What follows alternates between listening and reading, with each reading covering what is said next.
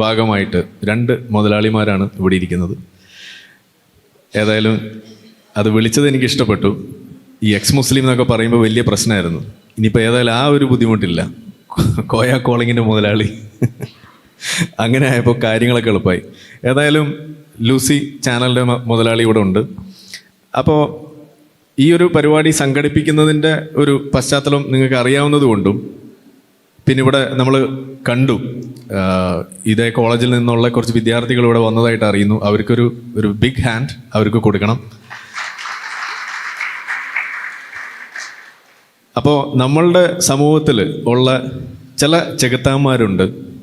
ആ ചെകുത്താന്മാരെ എറിയുന്ന നക്ഷത്രങ്ങൾ അതാരാണ്, എവിടുന്നാണ് എന്നൊക്കെ ഉള്ളതാണ് നമുക്കിവിടെ അറിയാനുള്ളത്. ആ പരിപാടിയിലേക്ക് എല്ലാവർക്കും സ്വാഗതം. സംഭാഷണത്തിലേക്ക് നമ്മൾ കിടക്കുകയാണ്. അപ്പോൾ നമുക്ക് അതിലേക്ക് ആരാണ് സത്യത്തിൽ ഇവിടെ നക്ഷത്രം ആയിട്ട് മാറുന്നത്, അതിനെക്കുറിച്ച് എന്താ പറയാനുള്ളത്? ഈ നക്ഷത്രങ്ങളുടെ കാര്യം പറയുമ്പോൾ വലിയ പ്രശ്നമാണ്. കാര്യം ഓരോരുത്തരും പല രീതിയിലുള്ള നക്ഷത്രങ്ങളാണ് മനസ്സിൽ കാണുന്നത്. കൊച്ചുകുട്ടികളുടെ അടുത്ത് പറഞ്ഞു കഴിഞ്ഞാൽ അവർക്ക് 5 മുനയുള്ള നമ്മൾ സാധാരണ വരയ്ക്കുന്ന 5 പോയിന്റ് സ്റ്റാർ എന്ന് പറയുന്ന നക്ഷത്രമായിരിക്കും. ഇസ്ലാമിൽ ആണ് നമ്മൾ ഈ പറയുന്നത് പോലെ ചെകുത്താനെ എറിയാനൊക്കെ ഉപയോഗിക്കുന്നത് ഒരു കല്ല് പോലെ ഉപയോഗിക്കുന്ന നക്ഷത്രങ്ങളായിരിക്കും. പക്ഷേ എന്നാൽ ശാസ്ത്രം പഠിക്കുകയാണെങ്കിൽ നമുക്ക് മനസ്സിലാകുന്നത് വലിയ വാതകം സ്റ്റെല്ലാർ സ്പേസ് എന്ന് പറയുന്ന സ്ഥലത്ത് ഒരുപാട് ഗ്യാസ് ഉണ്ടാവുകയും ആ ഗ്യാസുകളെല്ലാം ഗുരുത്വാകർഷണത്താൽ അടുത്ത് വരികയും വന്നതിന് ശേഷം അതെല്ലാം കൂടെ ഒരു ഗോളാകൃതിയിൽ എന്താകുന്നു എന്ന് വെച്ച് കഴിഞ്ഞാൽ നമ്മുടെ സോപ്പിൻ്റെ ബബിൾ പോലെ തന്നെ ഗോളാകൃതിയിൽ എത്തുമ്പോഴാണ് ഒരു വളരെ എനർജി എഫിഷ്യൻ്റ് ആയിട്ടുള്ള ഒരു കോൺഫിഗറേഷൻ എന്ന് പറയുന്നത്. ആ രീതിയിൽ കറങ്ങിക്കൊണ്ടുണ്ടാവുകയും അത് അവിടെ നിന്ന് ഫ്യൂഷൻ തുടങ്ങുകയും ചെയ്യുന്ന സംഗതിയാണ് നമ്മൾ നക്ഷത്രം എന്ന് പറയുന്നത്. അപ്പോൾ അത് എല്ലാ കാര്യങ്ങൾക്കും അങ്ങനെ അതുപോലെ നക്ഷത്രങ്ങളാവണമെന്നില്ല. ഇപ്പോൾ ഉദാഹരണത്തിന് നമ്മുടെ സൗരയൂഥത്തിൽ തന്നെയുള്ള വ്യാഴം എന്ന് പറയുന്നത് ഒരു ഫെയിൽഡ് സ്റ്റാറാണ്. അതിനാവശ്യത്തിനുള്ള മാസ് കിട്ടിയില്ല. അപ്പോൾ ആവശ്യത്തിനുള്ള മാസ് ഉള്ള ഗ്യാസ് എല്ലാം കൂടെ കൂടിയത് തന്നെയാണ് നമ്മൾ അത് ഫ്യൂസ് ചെയ്ത് തുടങ്ങുമ്പോൾ, അല്ലെങ്കിൽ ഹൈഡ്രജൻ ഫ്യൂസ് ചെയ്ത് ഹീലിയം ഉണ്ടാക്കി തുടങ്ങുമ്പോഴാണ്, അത് ഗ്ലോ ചെയ്ത് പുറത്തേക്ക് ലൈറ്റ് വിട്ട് തുടങ്ങുമ്പോഴാണ് നമ്മൾ നക്ഷത്രം എന്ന് പറയുന്നത്. പക്ഷെ എറിയാൻ പറ്റിയ നക്ഷത്രം എന്ന് പറയുമ്പോൾ അത് ഇച്ചിരി പ്രശ്നമാണ്. അല്ല, അത് പറയുമ്പോൾ ഒരു പ്രശ്നമുണ്ട്. ഇപ്പോൾ നമ്മൾ ഈ കഴിഞ്ഞ കുറച്ച് നാളുകളായിട്ടുള്ള മതവിമർശനം അത് നമ്മൾ നടത്തുമ്പോൾ അതിനോട് വരുന്ന മറുപടികൾ ഇതൊക്കെ എടുത്തൊന്ന് പരിശോധിക്കുമ്പോൾ ഒരു മാറ്റം ശ്രദ്ധയിൽപ്പെട്ടിട്ടുണ്ട്. ആ മാറ്റം എന്ന് പറയുന്നത് ആദ്യമൊക്കെ ഇത് ശാസ്ത്രീയമാണ് എന്ന് പറയാൻ വേണ്ടിയിട്ടുള്ള ഒരു ശ്രമമായിരുന്നു അവരുടെ ഭാഗത്തുനിന്നുണ്ടായിരുന്നത്. പിന്നെ അതിൻ്റെ ഇടയിൽ കുറച്ച് ഇത് ഫിലോസഫിക്കലിയാണ് ഇത് പറയാൻ പറ്റുള്ളൂ എന്ന് പറഞ്ഞിട്ടുള്ളൊരു ശ്രമമാണ്. ഇപ്പോൾ ഈ ഒറ്റ ഒടുവിൽ നമ്മൾ കണ്ടത് ഇതങ്ങനെയല്ല, ഇതൊക്കെ മിറാക്കിളാണ്, ഇതങ്ങനെ നിങ്ങൾക്ക് പറയാൻ പറ്റുന്ന സാധനങ്ങളല്ല, ഇത് ശാസ്ത്രത്തിന് എക്സ്പ്ലെയിൻ ചെയ്യാൻ പറ്റാത്ത ചില സാധനങ്ങളാണ് എന്ന് വരെ പറഞ്ഞിട്ട് ഇപ്പോൾ ഒരു മാറ്റം ഇവിടെ കാണുന്നുണ്ട്. അപ്പോൾ ഇതൊരു നല്ല മാറ്റമായിട്ട് തോന്നുന്നുണ്ടോ?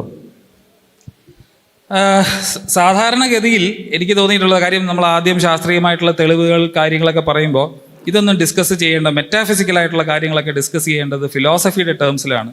അപ്പോൾ നമുക്ക് ഫിലോസഫി വെച്ചിട്ട് സംസാരിക്കാം എന്നുള്ള രീതിയിൽ ഒരുപാട് പേര് ഇടയ്ക്ക് വന്നിരുന്നു. നമുക്ക് എനിക്കറിയാവുന്ന കുറച്ച് സ്വതന്ത്ര ചിന്തകരെല്ലാം ഫിലോസഫി പഠിച്ച് അവരുമായിട്ട് ഡിബേറ്റ് ചെയ്യാൻ പോവുക, അതുപോലെയുള്ള കാര്യങ്ങളൊക്കെ കണ്ടിരുന്നു. പക്ഷേ ഞാൻ തുടക്കം മുതലേ ഉപയോഗിക്കുന്ന ഒരു ഒറ്റ ടൂൾ എന്ന് പറയുന്നത് നമ്മുടെ ശാസ്ത്രത്തിനകത്തുള്ള ബേസിക് ആയിട്ടുള്ള നോളജ് തന്നെയാണ്. എനിക്ക് തോന്നുന്നു ആരിഫ് അത് തന്നെയാണ് ഉപയോഗിച്ചുകൊണ്ടിരുന്നത്. എങ്ങനെയാണോ ഹോമിയോയിൽ നിന്ന് വെളിയിൽ വന്ന അതേ മെക്കാനിസം തന്നെയായിരിക്കണം മതത്തിൽ നിന്ന് പുറത്തു വരാൻ ഉപയോഗിച്ചത്. അപ്പോൾ ശാസ്ത്രം പറഞ്ഞു തുടങ്ങിയപ്പോൾ ഇവർക്ക് പല വിശ്വാസികളും അവരോട് ചോദ്യങ്ങൾ ചോദിച്ചു തുടങ്ങി. പല ഓപ്പൺ ആയിട്ടുള്ള സദസ്സുകളിൽ അവർ ചോദ്യങ്ങൾ ചോദിച്ചു തുടങ്ങിയപ്പോൾ വേറെ മാർഗ്ഗമില്ലാതെ ശാസ്ത്രം എന്നുള്ള പേരിൽ അല്ലെങ്കിൽ പൊടിയൊക്കെ ഇട്ട് പല മറുപടികളൊക്കെ പറയാൻ ശ്രമിച്ചു. പക്ഷേ ഈ ചോദിക്കുന്ന ആളുകൾക്കൊക്കെ അക്ഷരാഭ്യാസം ഉള്ളത് കൊണ്ട് അവർ പോയി റെഫർ ചെയ്യുമ്പോൾ അവർക്ക് മനസ്സിലാവും ആ പറഞ്ഞതിലൊന്നും പ്രത്യേകിച്ച് കാര്യമില്ലെന്ന്.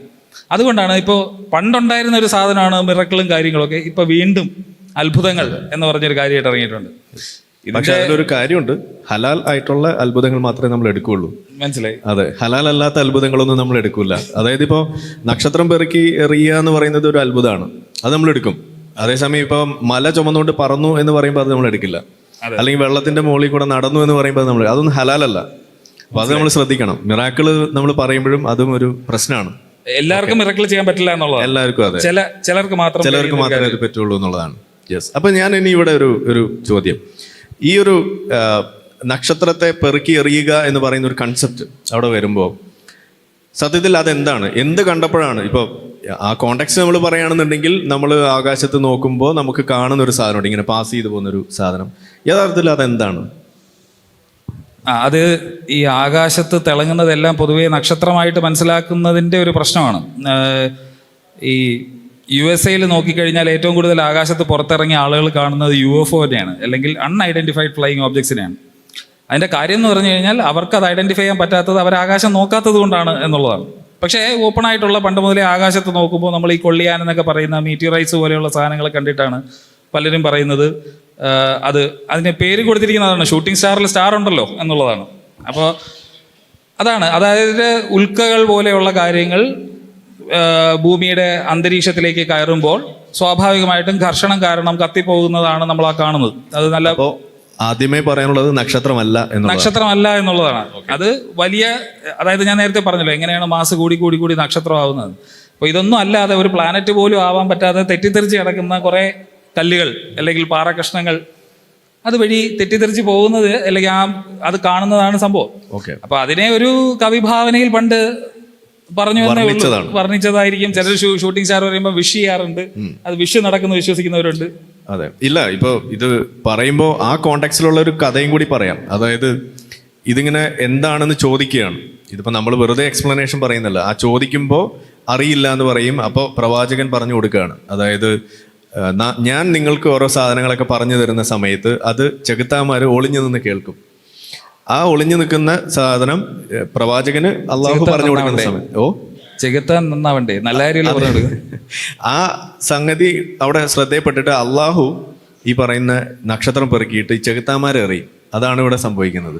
അതെന്തിനു വേണ്ടിയിട്ടാണ്? കാരണം ഇവരിത് കൊടുത്ത് പൊക്കിക്കൊണ്ടുപോയിട്ട് ഇത് ജ്യോത്സ്യന്മാർക്ക് പങ്കുവെക്കും. അങ്ങനെയാണ് ജ്യോത്സ്യന്മാർ എന്താണ് ഭൂതവും ഭാവിയും ഒക്കെ പറയുന്നതെന്നാണ് ഈ പറയുന്നത്. അപ്പൊ അത് തടയാൻ കൂടി വേണ്ടിയിട്ടുള്ള ഒരു മെക്കാനിസം ആണെന്നാണ് പറഞ്ഞു വെക്കുന്നത്.